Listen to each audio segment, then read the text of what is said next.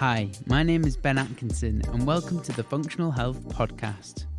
I interview some of the leading voices in nutrition and lifestyle medicine, and I will share with you their stories, their expertise and their advice, shedding light on the industry from each of their perspectives to help improve your health from today. This week, I'm delighted to share with you my conversation with Dr. Nina Fuller-Shavel. Nina is a medical doctor, scientist and educator specialising in women's health and integrative cancer support. She's unbelievably well qualified and hugely knowledgeable, and this was a real treat to get to speak to her. So, without further ado, Nina, welcome to the show. Thank you very much for having me, Ben. It is such a pleasure to have you on. I've been following your work for quite some time now. Oh, thank you. It's lovely to know that we've been noticed. 100%. And to set the scene for some of the listeners who might not be familiar with your work, it'd be great to know why you developed an interest in cancer and also let me repeat that. To set the scene, it'd be great to know why you developed this interest in cancer and also women's health. So good, very, very good question. I think I've obviously been interested in healthcare for a very long time. And as you probably know, I have quite a few degrees under my belt in general. So I actually started life off as a scientist, not dissimilar to you, Ben. And so my original degree was natural sciences, and then I studied nutrition. And then medicine was actually my third degree. Wow. And I've acquired a few postgrads in integrative medicine and all sorts of other things since then.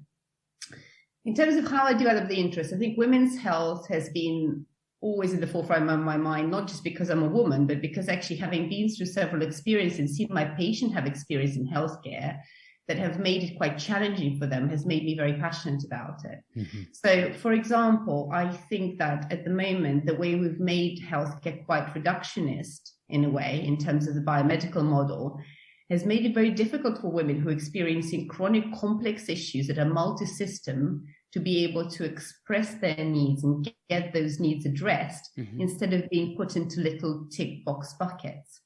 So that's something that I've seen in clinic as I was working as an NHS doctor, and I've seen private practice now. And I think we need to change the way that we approach healthcare for these sorts of cases, instead of trying to have lots of people, lots of cooks in this pot, but actually no one has a clue about the overall picture. And I think that definitely needs to change for us.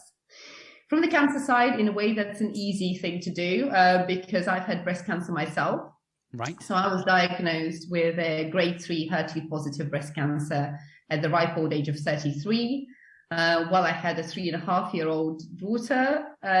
So trying to navigate cancer treatment as a parent, as a medical doctor, as a wife, as a friend, it was an interesting experience, let's just say that. It's made me acutely aware of the fact that I was fortunate enough with my background in science and medicine to be able to go out and find high quality information to support myself, get myself through treatment, grueling 6 months of chemotherapy, 8-hour operation, followed by a second operation, and come out of it actually, overall, I think I tolerated therapy really, really well. Mm-hmm.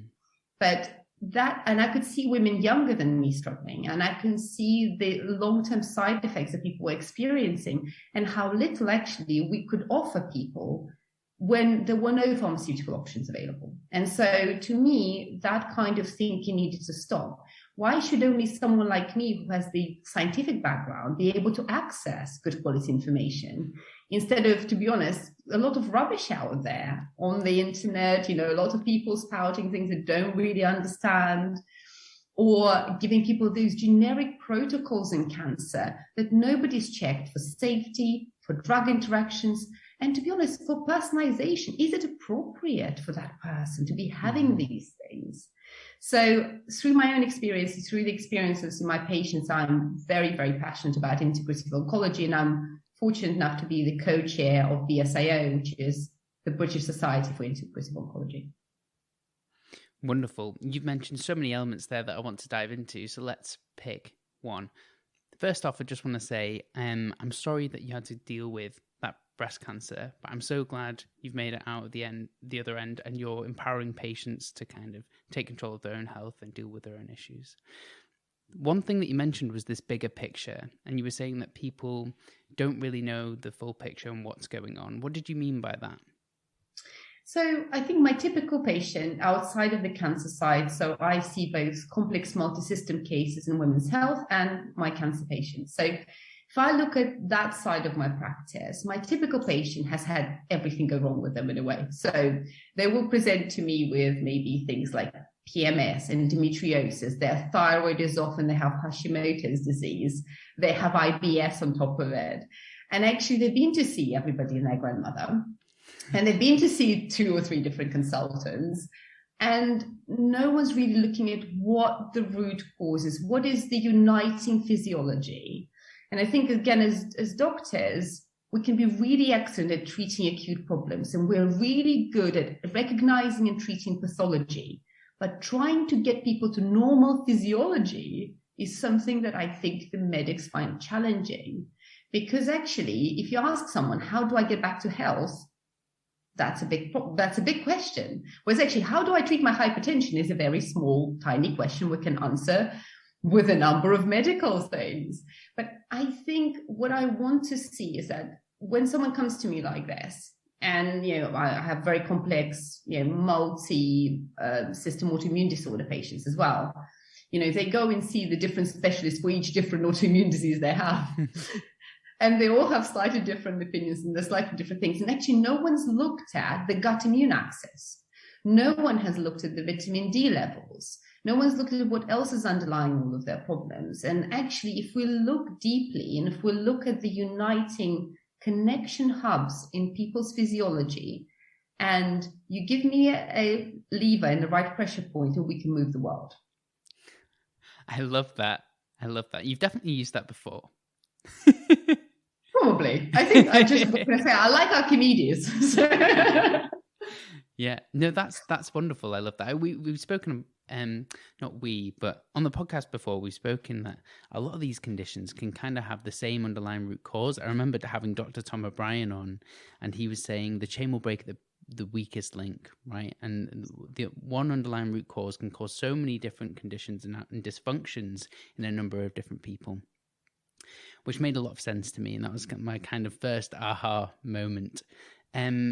For someone who's just hearing about your approach now, and you mentioned multi-system, it'd be good to dive into that. They might be thinking, I don't really know the evidence base behind this. I'm going to go with what my doctor says. How would you go about convincing them otherwise, or that there is another way?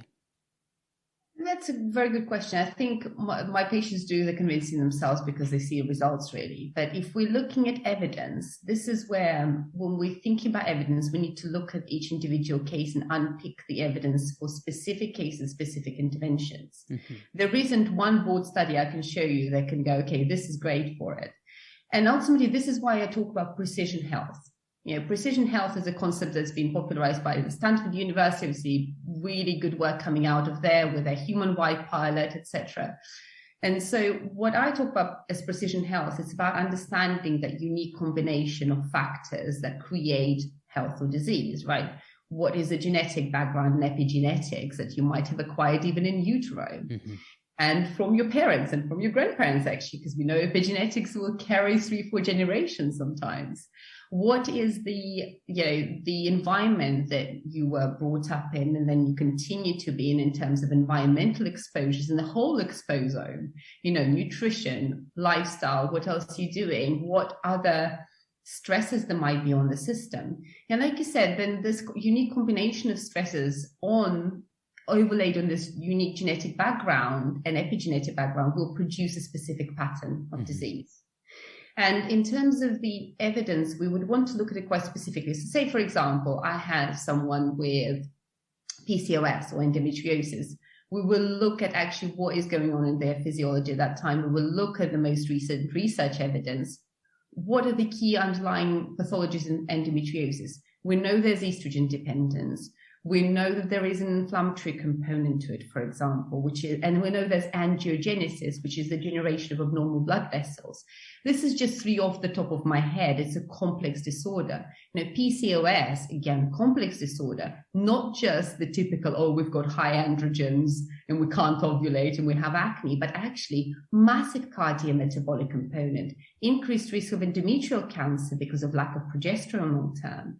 So this is what I mean about by looking at things individually. It's about saying, okay, in your expression of PCOS or in your expression of endometriosis, let's take the best scientific evidence about the pathophysiological mechanism.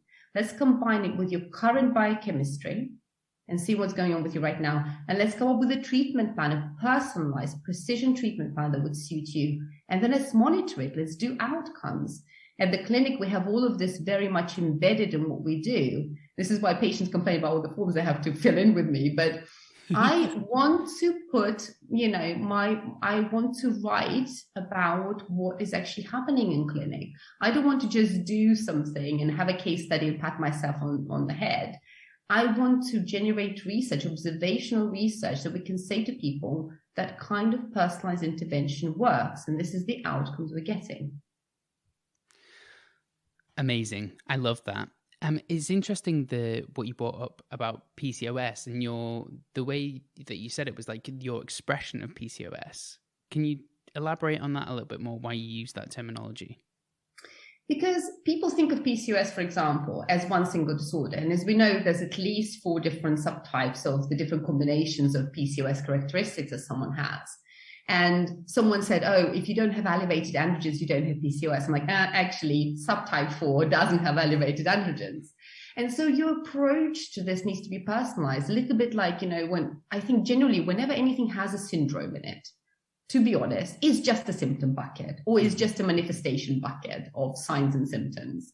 So I don't as much care about the label as I care about the actual person in front of me. I treat people, not protocols, right? That's what I do.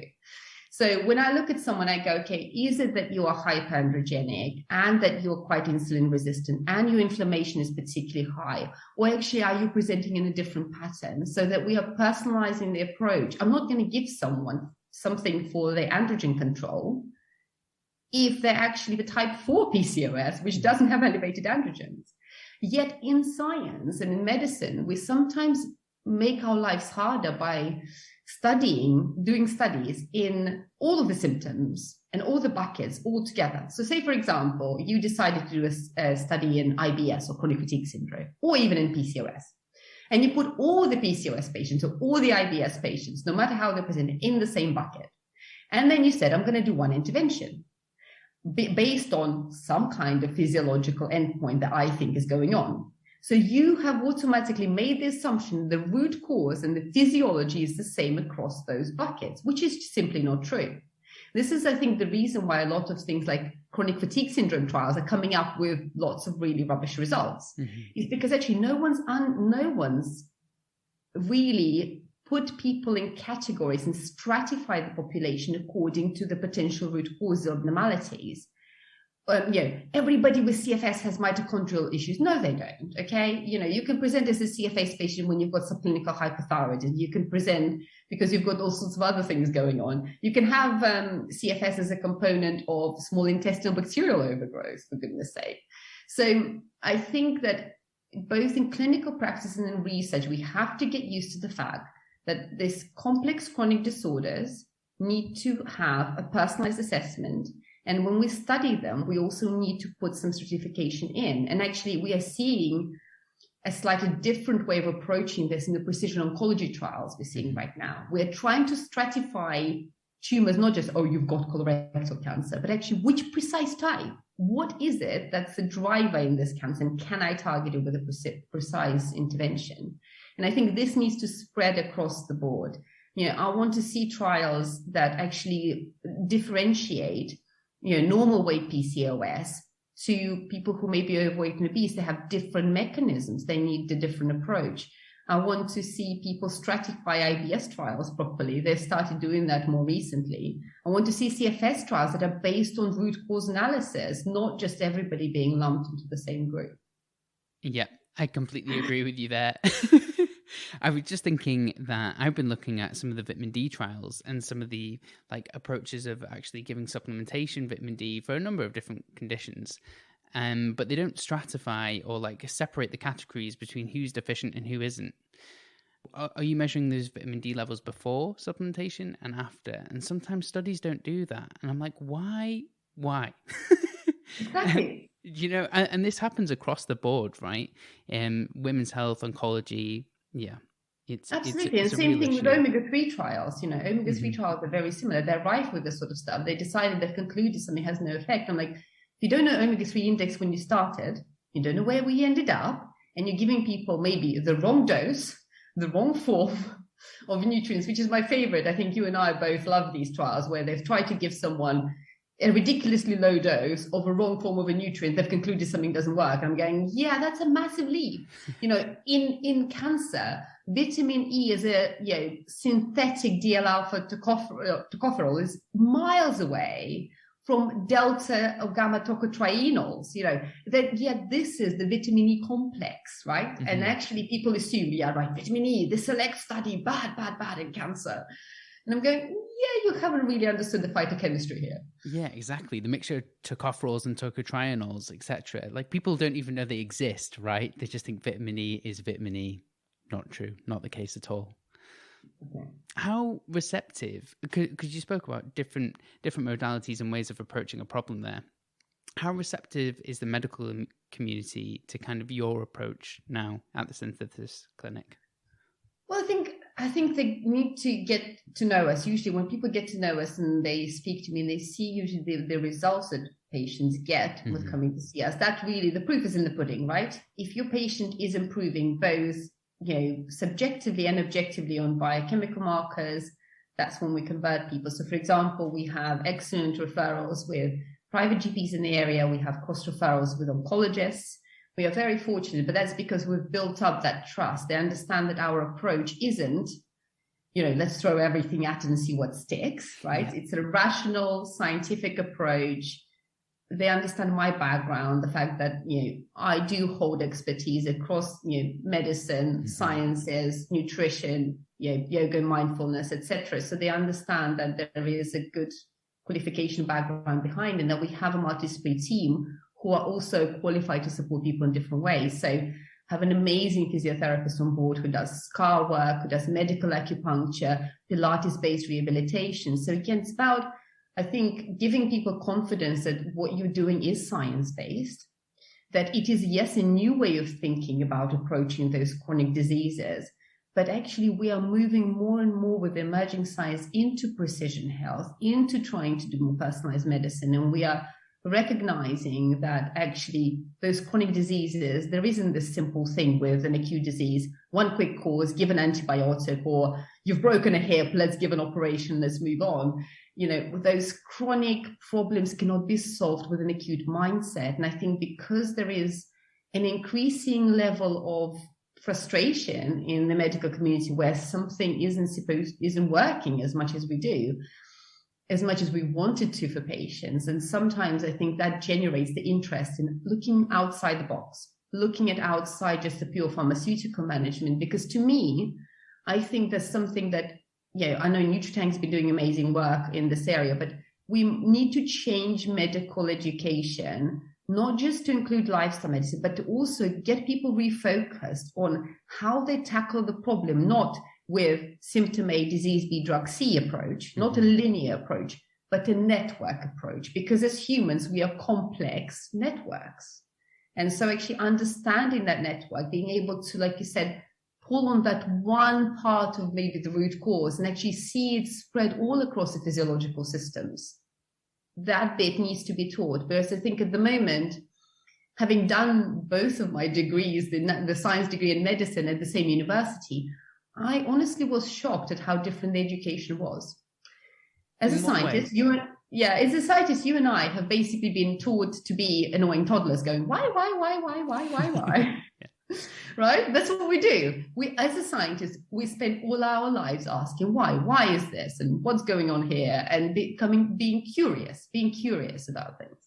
Whereas actually in medicine, it was a much more closed education. All that we were asking is what?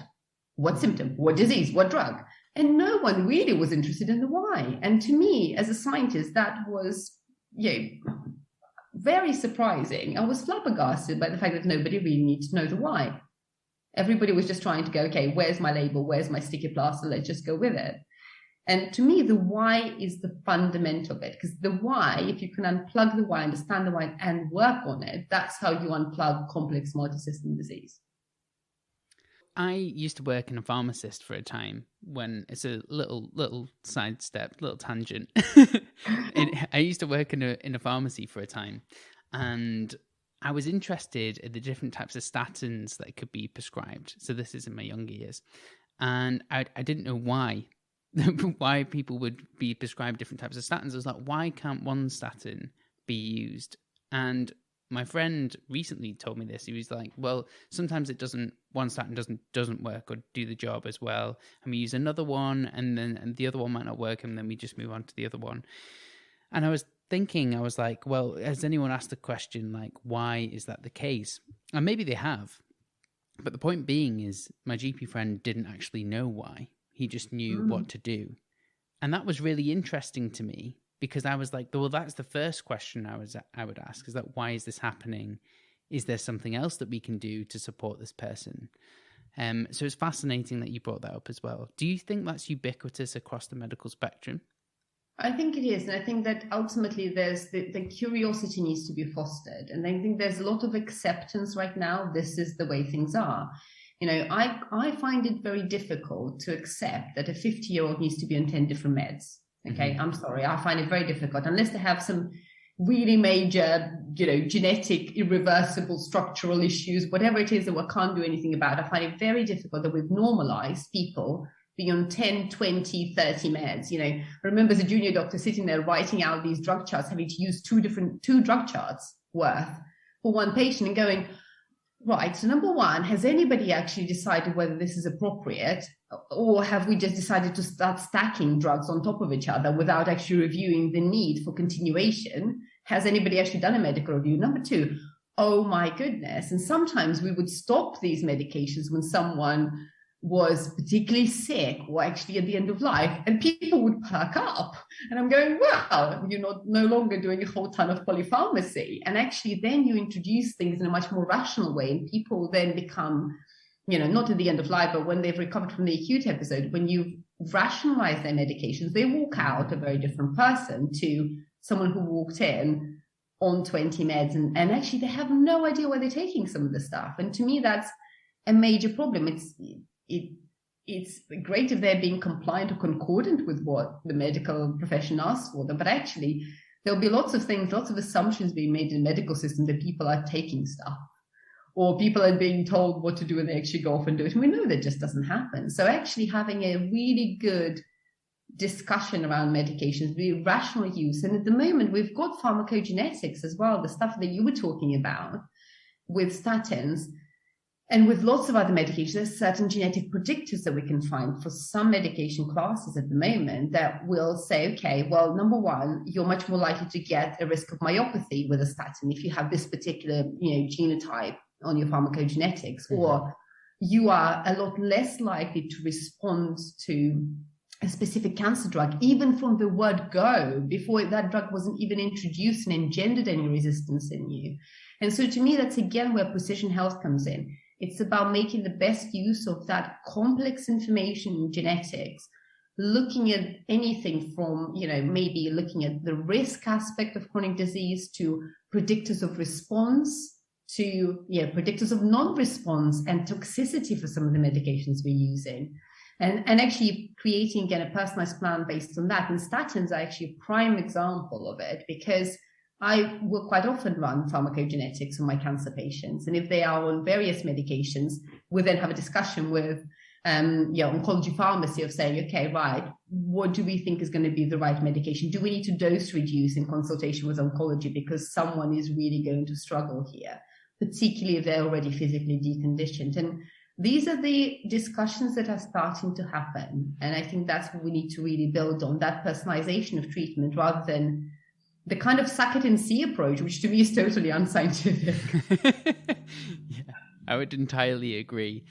Yeah, it would be quite good actually to pivot the conversation slightly to focus more on cancer, because I think it's really interesting to hear what's your approach working with oncologists and what is very similar to allopathic medicine and what is entirely different. You mentioned pharmacogenetics, which I don't think is used conventionally at all, but you might be able to tell me otherwise. It is used to a certain degree. So it's used where there's a risk of really significant or fatal reactions. So we do DPD, enzyme genotyping for patients who are about to receive things like 5-FU-based therapy in colorectal cancer. Because if you do have an unfavorable genotype, the risk is of a fatal reaction. So we do some genotype, but it's very, very tiny, and it's very much linked to a specific drug. So I think that in terms of the difference in approaches, so I'm obviously not an oncologist. I'm a medical doctor who supports oncologists, works with oncology teams. I think that there are lots of oncologists who are now very open to working with integrative medicine doctors like me to provide that kind of additional care that they're not able to deliver either within the NHS or even the private sector. So, my co-chair, Dr. Penike Hayoglu, cross-referred with nutritionists and other integrative medicine professionals, for example. And we've got other professionals who are interested. Rob Thomas has been flying the flag for lifestyle medicine and oncology forever. So again, there are more people moving towards that. And then the other side of it is there definitely a subpopulation of people who will just say no to everything. Okay, so the conventional oncology side of things, they will just go, I don't know about it, therefore it's not safe, therefore just stop doing what you're doing. Mm-hmm. And to me, that's a problem, again, because actually, even if you don't know about something, automatically assuming something isn't safe or isn't okay is, again, a non-scientific, non-evidence-based statement. I remember talking to someone recently and they said, my doctor said that mistletoe is poisonous. I'm like, we're not talking about eating mistletoe. Injectable mistletoe treatment is a very different proposition to going off and eating, yes, poisonous mistletoe, miles apart. But it's about people kind of doing these soundbite judgments and go, if you're not sure, don't do a soundbite judgment. Go off and research it. Ask some professionals in the area. Go to the guidelines. Go to PubMed. Do some proper research before going flat out no to everything, or soundbites that are actually factually utterly incorrect because you haven't understood what kind of medication or intervention is being given. So and then there's the people in the middle who are actually open and curious. They're not sure what integrative oncology is. They don't really know what we do, but are able to have a conversation. We are obviously very safe on our side as a clinic. We do all of the drug supplement interactions, any drug herbal interactions. We communicate with oncology pharmacy as needed if they have any questions. Again, we have patients with significant renal impairment. So in that case, it's involving the renal pharmacy people, again, to make sure everything we're doing is tallied up. But I think it's about, like I said, it's about actually encouraging people to be curious, to understand safety, to understand the risk-benefit properly, and to be able to refer appropriately to professionals who understand what they're doing. Mm-hmm. This isn't about either blanket yeses or blanket nos, right? It's about what is right for the person in front of you. Can we do something safe and effective to support them? Yeah.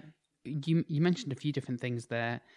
I really like the idea of empowering people to take control of their health, but there's certain conditions where I think, basically all conditions, I would always say, make a lifestyle change or a dietary change under the supervision of a healthcare professional, right?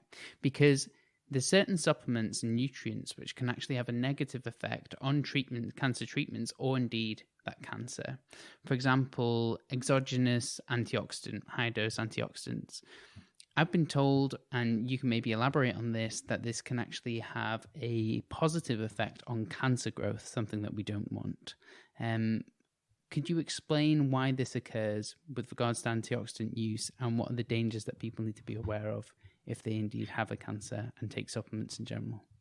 Well, it's such a complicated question. We can kind of touch on it. It becomes very difficult. So, of course,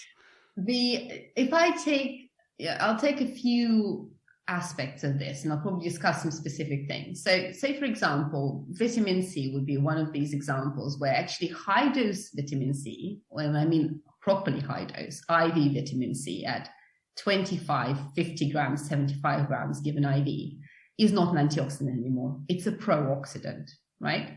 It's got a kill effect in a way. Mm-hmm. So actually it's not your 500 milligrams you're going to take in a capsule.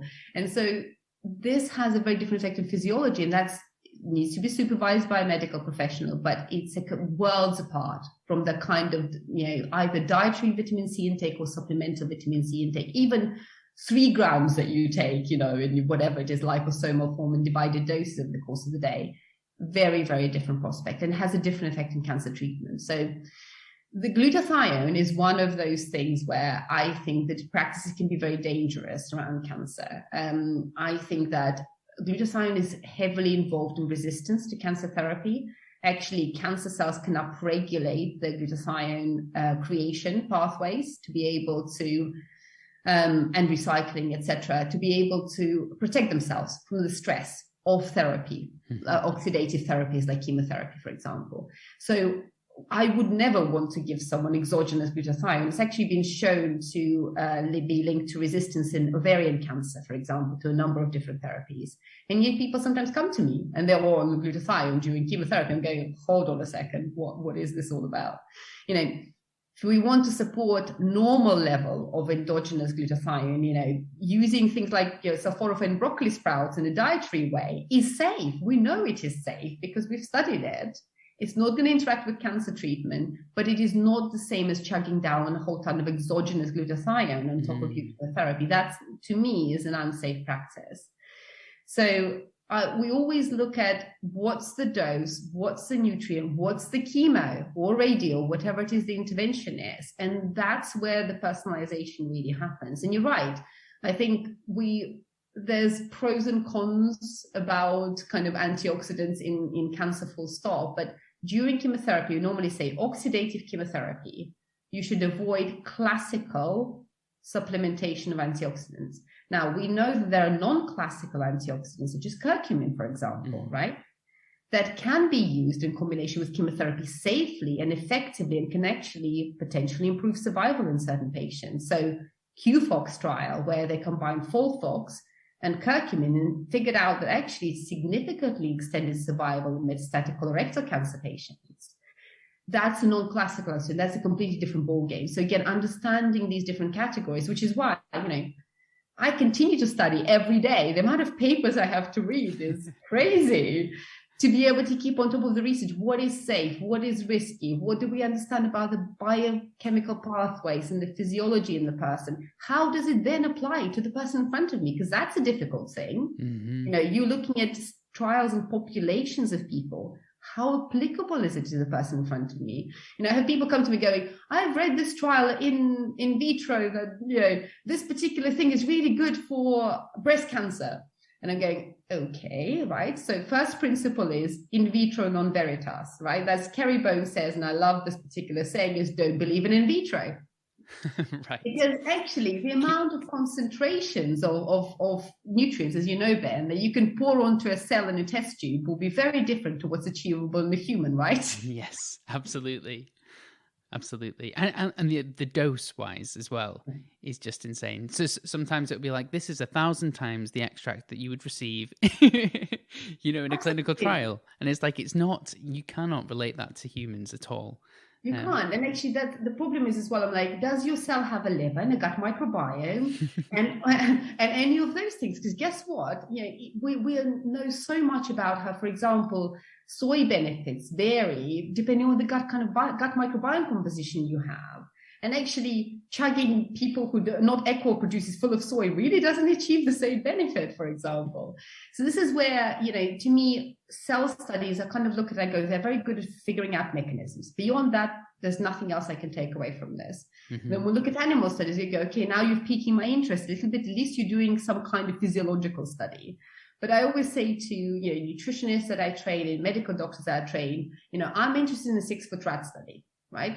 The study in a human or a 5'7" rat if you're talking about females. So, I want to see what the physiology is in a human being, because to me, that's the proof is in the pudding. We know there's not the same physiology in lab animals compared to humans. We know it's complicated. And then really the challenge in the future is managing big data from some of these trials, managing the trials and saying, okay, can I really get all of that pharmacogenetics, all of that kind of nutritional genomic data, as well, and can I combine that with the current physiology of biochemistry, as well as what we know about medications, to come up with a big plan, right? And that's what, at the moment, I have to do manually, which takes up a lot of my time.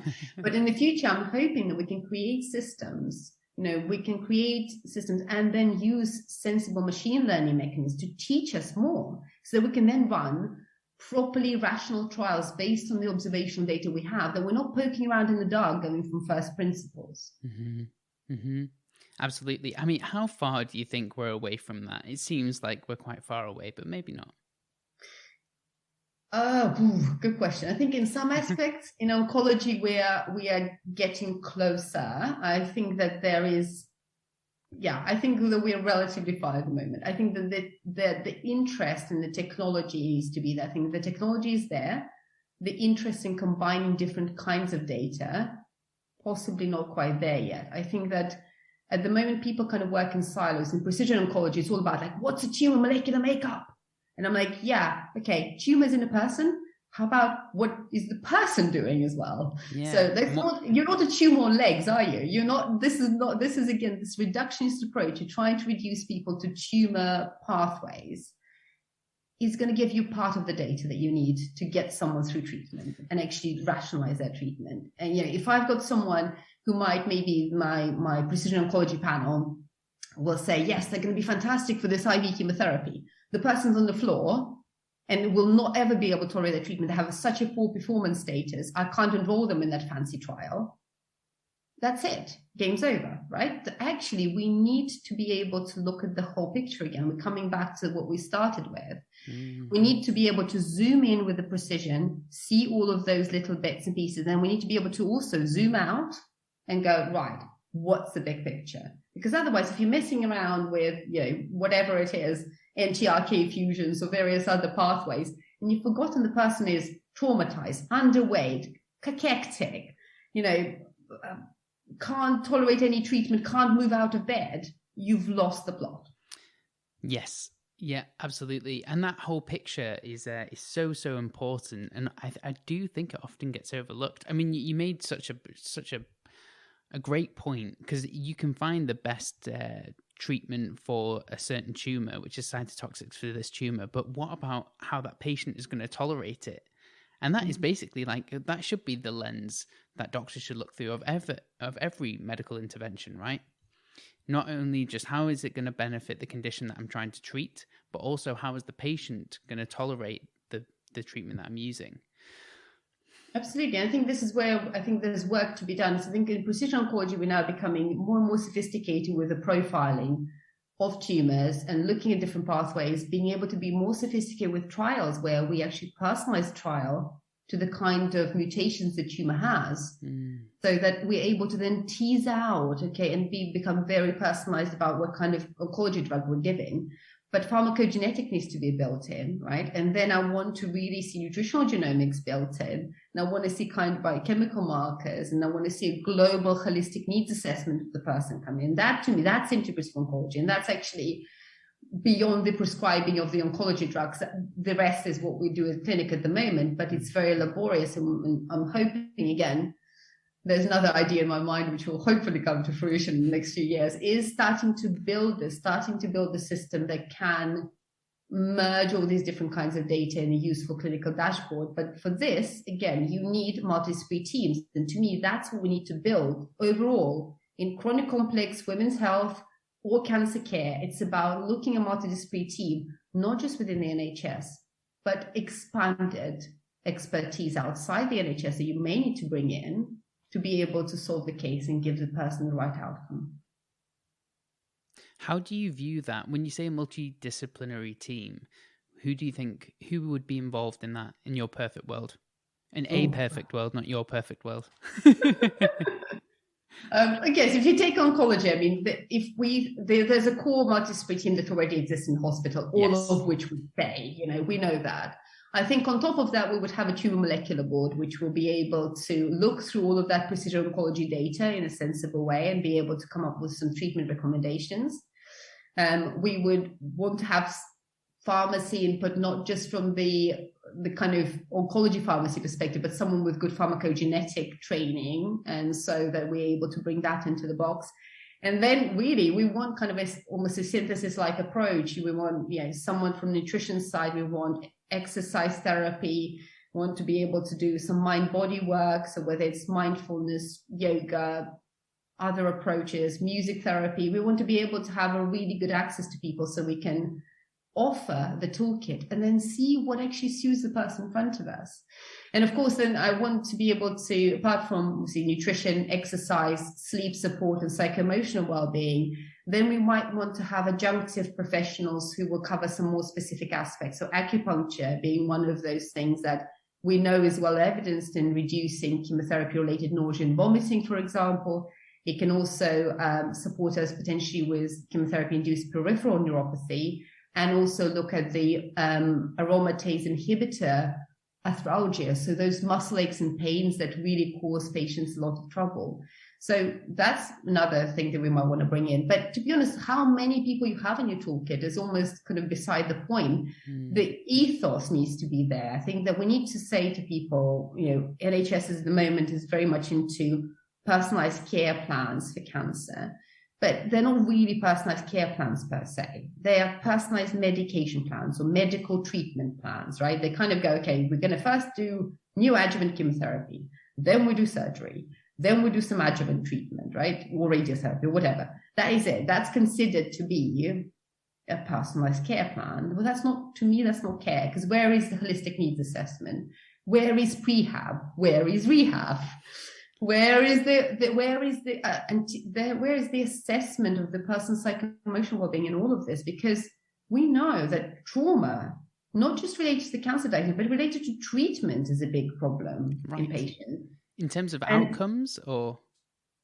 Well, it's outcomes and the suffering, the pure human suffering that people will see. So thinking about, like the other day, we talked to my clinical psychologist about this, and we discuss the fact that actually up to a third to 40% of breast cancer survivors who have traumatic symptoms during diagnosis are still suffering 4+ years afterwards. Oh, no. So this is something that to me should not exist in healthcare. We should be able to spot trauma, should be able to appropriately treat trauma, because if we're thinking about it, think about outcomes, and bringing me back to that. We know that trauma dysregulates a number of different systems in the body, including the HPA axis. So that's the hypothalamic pituitary adrenal axis. And we also know that this dysregulation is linked to survival. So if you have cancer patients have particularly the studies have been done in specific cancer subtypes, ovarian cancer being one example, but you have a flattened cortisol axis and then a bump up in the evening cortisol, so completely the opposite way around to how it's normally meant to be physiologically, it impacts survival significantly. That's just something we should be looking at. We shouldn't just be looking at, drugs impact survival. We know physical activity impacts survival. What kind of nutrition you have impacts survival. Whether you actually get adequate sleep and have your cortisol in a normal regulation patterns impact survival. And that's the bit that I want people to understand, the fact that we can look broader. And it's not about making oncologists experts in this. This is not what we're expecting. Oncologists have so many papers to read and so many things to keep up with. It's about trying to say to people, let's think broader. Let's build the expertise both within and outside the NHS. Let's collaborate across the NHS, charity, private sector. Let's build pathways and let's then research those pathways. Let's really increase the knowledge in that collaborative care going forward. Right, you've touched on loads there. I'm actually having to make notes to circle back to some things, just to let you know. I'm going to take a slight tangent, if that's okay with you. Go for it. Because I couldn't get it out of my head. When you said acupuncture, like I have friends that's taken acupuncture. I've done acupuncture before, and it has had benefit. I don't know why. The $1 million question. The $1 million question. I was going to ask you, why does acupuncture benefit patients To be honest, there's so many theories on this. And, from the very old kind of gate control theory of pain to endorphin stimulation to all sorts of things. There's a really lovely book or audiobook you might want to listen to called The Spark and the Machine. It's written by a medical doctor and acupuncturist. And that's got an embryology angle of why acupuncture works. Oh, fascinating. So actually, I don't think anybody has the answer to it. Basically, that's my answer. I think that there are certain things that people have investigated, such as release of kind of endorphins and enkephalins and some of the natural painkillers that the body already uses, for example. But not all acupuncture effects can be explained this way. We, for example, know that having acupuncture at the right time into the IVF cycle can significantly improve the fertility rate with IVF, but definitely not about necessarily having pain control or any of that side of things. So there's clearly more work that needs to be done, and I don't think anybody has the answer to it. What I would say is that clinical efficacy-wise, I find it very valuable. In fact, I'm currently studying TCM acupuncture because I need to add more to my toolkit, as I usually do. Of course.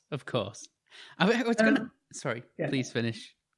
I think this is a great mystery in a way of what exactly does acupuncture do. But again, I think we need probably multidisciplinary teams to figure this out. We probably need a bit of neurophysiology, a bit of endocrinology. We need that multi-system approach to actually sit down and figure out what happens.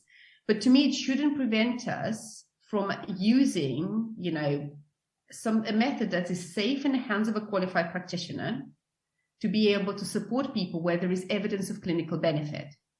So to me, there is evidence of clinical benefit across certainly nausea and vomiting, some of the other outcomes in breast cancer, and it's been recommended in the SIO-ASCO joint guidelines for breast cancer within certain settings. So to me, we should be using it as well as trying to get this multidisciplinary team of amazing scientists all across from China to the Western world to see if we can figure this out. No, I love that. My question was actually going to relate to the amount of things that you specialize in, or certainly know about and are trained in, because I would find it, when I speak to people, I always think like, oh, you're adding more tools to your toolkit. But then I'm thinking, how do you stay on top of everything as the evidence base moves? So this is more of a question about how do you cope with with the multiple different tools you use? It's definitely very, very tricky. And I think that I think that the way that I approach my training is sometimes that the fact that I'm going to use it in clinic on a practical basis, and sometimes so that I've added enough knowledge base to understand how it fits in within the overall integrative care pathway, and that I'm an excellent referrer for people. So, for example, at the moment, because I'm a crazy person, I am currently doing a master's in precision cancer medicine at Oxford University. I'm doing a postgrad diploma in health research and TCM acupuncture and herbal medicine course, and yoga therapy. So that's my eclectic mix of fun things to do. The listeners won't be able to see, but I just screwed up my face a lot there. Just how do you manage that? I mean, you really have to compartmentalize. I don't think I could focus on that many different things in terms of training and medical education as well as practicing. I think it's definitely tricky. Don't suggest anybody does it, frankly. I think that it mainly most of it is part-time, obviously. Courses last 2-3 years, so that means that I'm able to integrate them. But to me, I would say I'm not going to give everybody the therapy that maybe I'm training in. So say I'm not going to be able to deliver everybody's acupuncture in clinic or yoga therapy. Mm-hmm. But what I want to learn about from a practical perspective is that I need to know when to use those therapies with the patient in front of me, how to safely refer, and how to have an informed multidisciplinary discussion with the practitioner on the other end. Because my role as an integrative medicine doctor is to be the hub, is to coordinate some of those things. So say, for example, someone seeing an acupuncturist, as well as one of my nutrition team at the clinic, as well as the normal oncology side of things and the physio. Right. My role as a coordinator is to integrate all this information into a usable plan and to be able to say, okay, this is good right now. You're still struggling with those side effects. Let's switch this to this, or let's try a different approach to managing it. And so to me, yes, I am a bit of a knowledge magpie and I love doing different things. But I think it's not about necessarily with me saying, okay, right, I will know everything about yoga therapy and I'll keep up with all the updated research within it. I have other professionals and a great referral network that I can use for this. And we can have those discussions. I can go to them and say, okay, yes, what's the latest in X, Y, and Z? Right, yeah. But to me, I keep the big picture. Like in integrative oncology, yes, there's tons of papers to read. There's more than I can handle, definitely.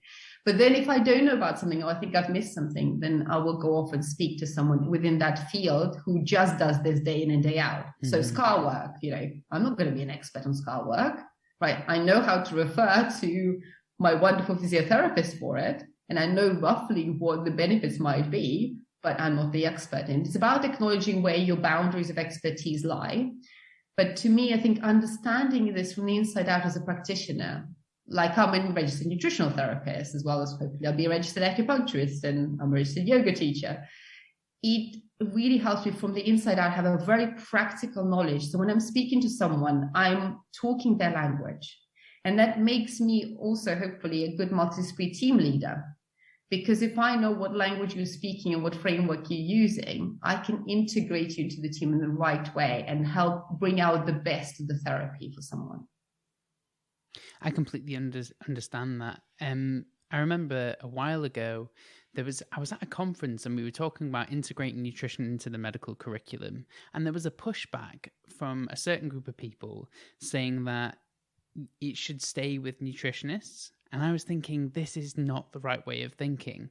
And I think it's come full circle now, and everyone agrees that it's a good thing that you should have nutrition in the medical curriculum. Because if you know the benefits of nutrition, then you're more likely to refer to people which specialize in it in general. And I think you made an excellent point where saying, like, that's what you do. You have the bigger picture. You're trained in so many different modalities. So not only can you use them, but if it extends what you know, or how do I articulate this? If you think it needs extra care, for example, then you just refer to someone else who has greater expertise in that area. Yeah, I think that's brilliant. I've never really thought of it that way before. How, in this field, do you see people more or less thinking the same way that you do now, that you need a bigger picture approach, or do you think there's pushback and reluctance to change? There's definitely reluctance to change. I think that we can split it across the different areas, I guess. From the medical perspective, the whole concept of medicine has become incredibly subspecialized, right? We have subspecialties within specialties, So actually, it's all become very compartmentalized, and actually, there are very few generalists left in the medical system. Okay, probably geriatrics and pediatrics being the two relatively generalist bits of medicine, but otherwise it becomes very, very tricky. And so I think that big picture gets lost when we become so specialized. And people will say, oh, but the GP, and I'm like, well, the poor GPs have so much to do. What are you going to do in a sort of 8 to 10 minute consultation? Plus also, are you going to have the capacity to integrate input from all those multiple consultants? To be honest, not always in your daily life. You'll be able to say, okay, right, you guys have done your specialism, good, excellent, I'll carry on. You tell me what to do and we'll carry on doing it. So I think there is reluctance because people say, but I need to become really expert in this bit. And to a certain degree, for example, integrative cancer care, you have to be a good generalist as well as understanding cancer, because I often remind my nutritional therapists or doctors about this when I train them. I say, just because someone has cancer doesn't mean they can't suffer from all the other diseases known to man. Yes. So let's not forget that just because someone has come to you with, say, colorectal cancer, they can't have a small intestinal bacterial overgrowth or celiac or whatever else might be going on in the general world. In fact, there's more to learn and more to handle because you have all the general problems plus cancer on top and the cancer treatment on top. So I think you can't be a generalist for everything, though, that we have to acknowledge this. Like I, for example, don't cover men's health. This is not something that I know a lot about because my specialty is women's health. And so I'll refer, but I will know how to spot the right therapist or the right particular input. And then I'll use my generalist knowledge to say, okay, this is maybe the kind of input you need for what you've asked me about. Mm-hmm. So I think there's pushback on the whole person or whole picture thinking versus specialist. There's also this pushback in the MDT setting is our NHS MDT is enough. We don't need any more, right? We don't need anybody else. This is it. This is the bulwark of all healthcare. That is it. And actually, I think that that's a narrow-minded view. I think we need to think broader. We can't expect the NHS to deliver everything. That's not sensible view to take in the fact that we have a publicly funded healthcare system. Mm-hmm. The fact that we need to know that what we receive in the NHS is cost effectiveness driven, not pure effectiveness driven, it's cost effectiveness to the whole population driven. And as we know, that makes the priorities different, right? When we're thinking about cost effectiveness for the whole population versus what's going to be effective in a person, mm-hmm. that's a very different burden of proof and burden of thinking about these things. But thinking about the MDT side of things, we kind of said, okay, well, these are the kind of all the registered professionals that work within the NHS, you know, General Medical Council, Nursing and Midwifery Council, you know, Healthcare Professional Council, HCPC, etc. And we kind of say, okay, everybody else is outside the box, right? But actually, I think to me, that is very narrow-minded. We need to think about the fact is what we can deliver in a public health service is maybe the core, but the core is not the whole, right? It's otherwise it's thinking about, I can just pierce through the hole and go, this is it. This is the only thing we're going to do. No. We need to say, how do we involve charities? You know, we've got Pettibone UK, who's they're an excellent integrative cancer care charity. They have a lot of free resources. How do we collaborate with the private sector appropriately? And then I would love to be able to eventually get NHS care teams into clinics like ours and train them so that I can have NHS professionals delivering some of the integrative care counselling, talking about nutrition, physical activity, sleep, psycho-emotional well-being, being able to screen and refer and spot. But to me, to think that you can deliver everything within the publicly funded healthcare system is quite a narrow-minded view. We need to think outside the box. We need to put the patient in the middle of it, in the front of their healthcare plan, and say, okay, this is what I can do for you for the NHS. If you want to support your own health and well-being, here are some resources. If you feel you would benefit from extra input and extra time, here are some specialists you might want to consult. Something that I would like to speak to you about actually is like when someone comes to see you, like where are they on their journey? And you're probably going to say they can be anywhere on their journey, which is fine. Okay, so what's the most appropriate time for someone to come to see you? That's probably going to end up with the same answer. I'm going to ask it anyway. Good question. I think I'll answer kind of both at once. So okay. Most of the time, people will come and see me, certainly within the cancer setting, when they're going through treatment, okay? Most of the time, vast majority of people are going through active treatment, whether it's chemotherapy, radiotherapy, immunotherapy, targeted therapies, wherever they are. So a proportion of patients come after they've had their primary disease controlled and they want to look at recurrence risk, for which counselling within the NHS is pretty much non-existent. So what I'd love to see more of, and it's a very much smaller proportion, is people come to me, number one, before they got diagnosed, or at the point of diagnosis, before they've even undergone surgery or any other kind of curative therapy, so we can optimize people before the treatment they receive in the first place. And that's what I'd love to see, more people being aware of integrative oncology and integrative medicine. Say, okay, I choose to be empowered. I want to feel like I have agency with this. I'm not going to hand over all my power. And then, you know, the typical advice again, which is utterly non-evidence-based, is go home and rest and eat whatever you like. And you know what? You and I could, you know, debunk both of those statements till the cows come home. None of them are evidence-based.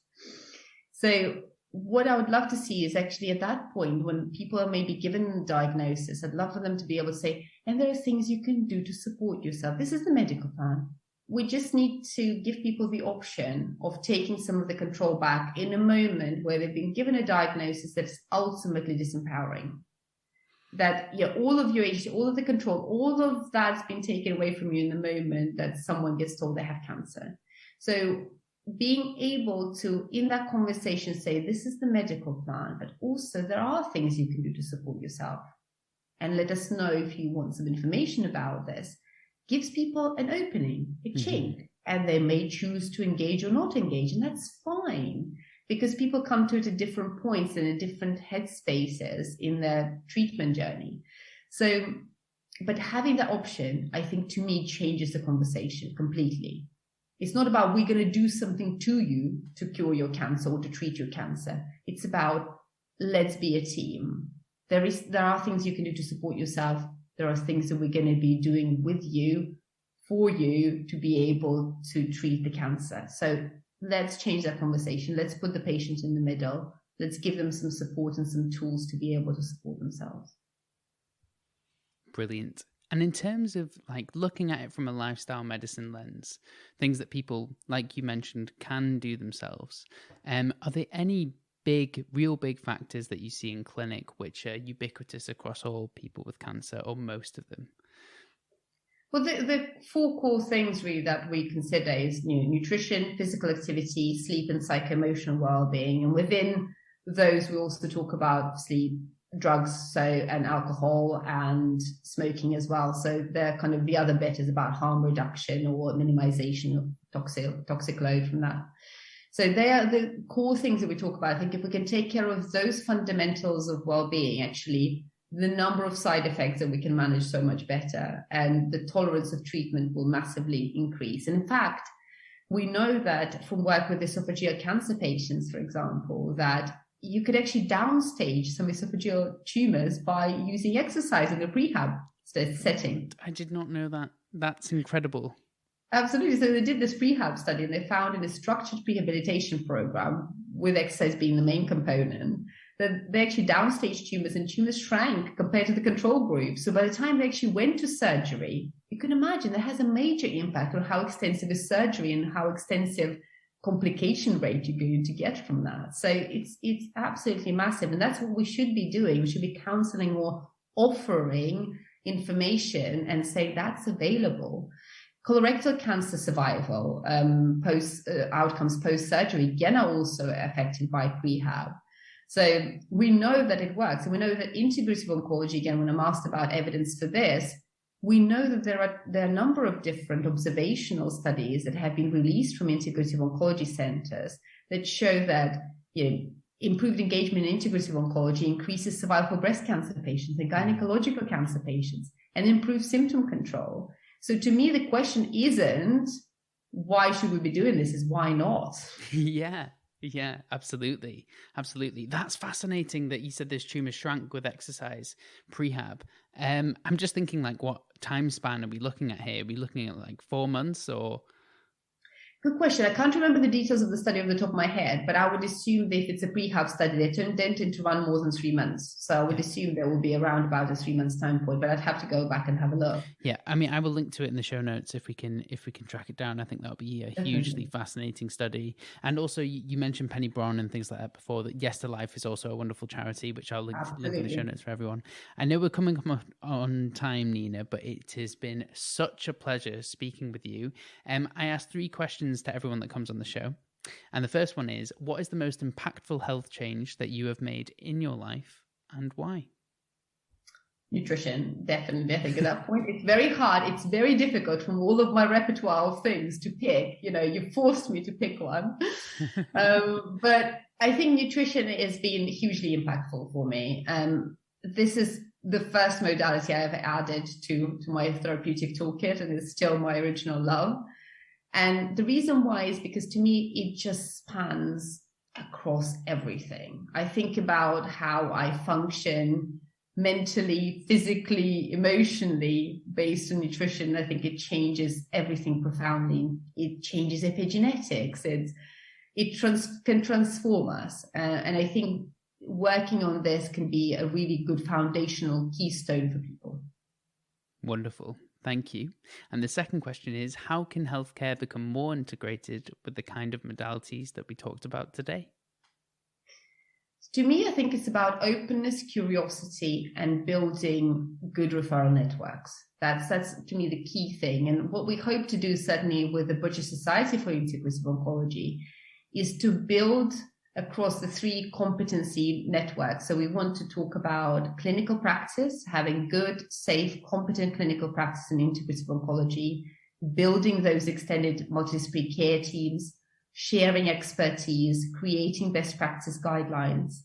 Then it will be looking at education. So how do we educate people around integrative oncology? How do we put in rapid interventions within the NHS or group interventions, group exercise, group yoga therapy, group health coaching to help people implement those changes that we've asked them to do as a part of their care plan. So to me, education is very, very cool. And we are looking at building some of the post-grad education programs around that. And then the third bit is research, of course. That's the other bit that we need to really shore up. I want to see sensible research. And by sensible, I mean, it's not about the randomized control trial all the time, because randomized control trial is a specific tool to be used in a specific setting when studying a specific intervention. We need better trials that assess complex interventions, actually. We are starting to look at things like N of 1 trials, right? We're looking at things that are very much more stratified or personalized. And I want to see more research in more proper human research in integrative oncology that is guided again by a multidisciplinary team. So we avoid wasting resources on wrong doses, wrong forms of nutrients, or wrong herbal preparations, or wrong acupuncture being administered.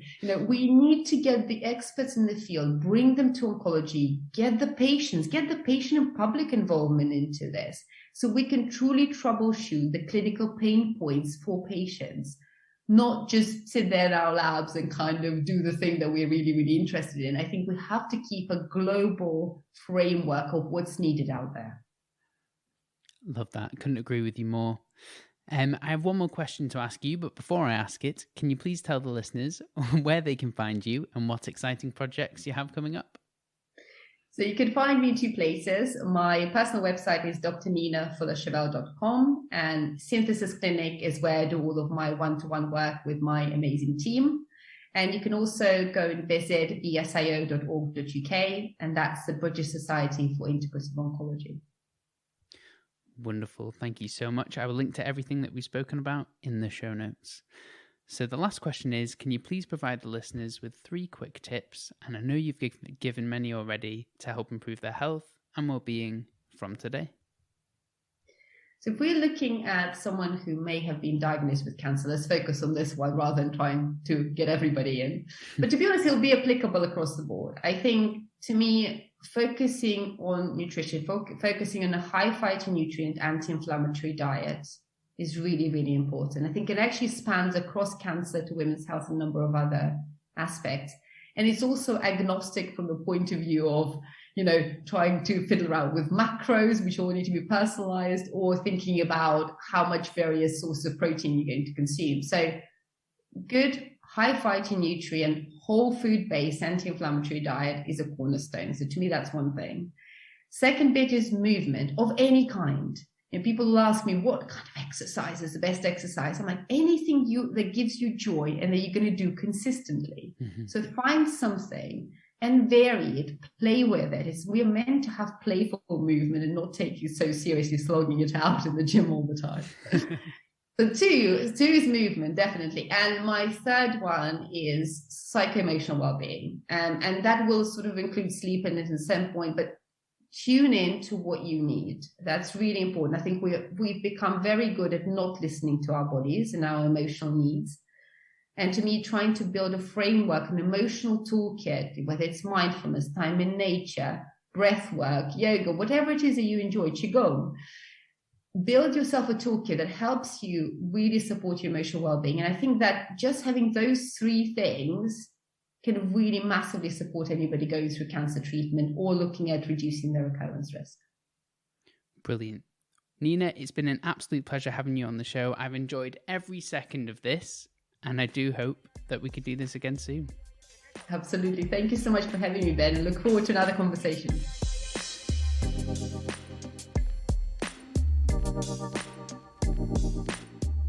Thank you for listening to the Functional Health Podcast. You can find links to everything that we talked about today in the show notes. If you have a second, please consider leaving a 5-star rating on iTunes.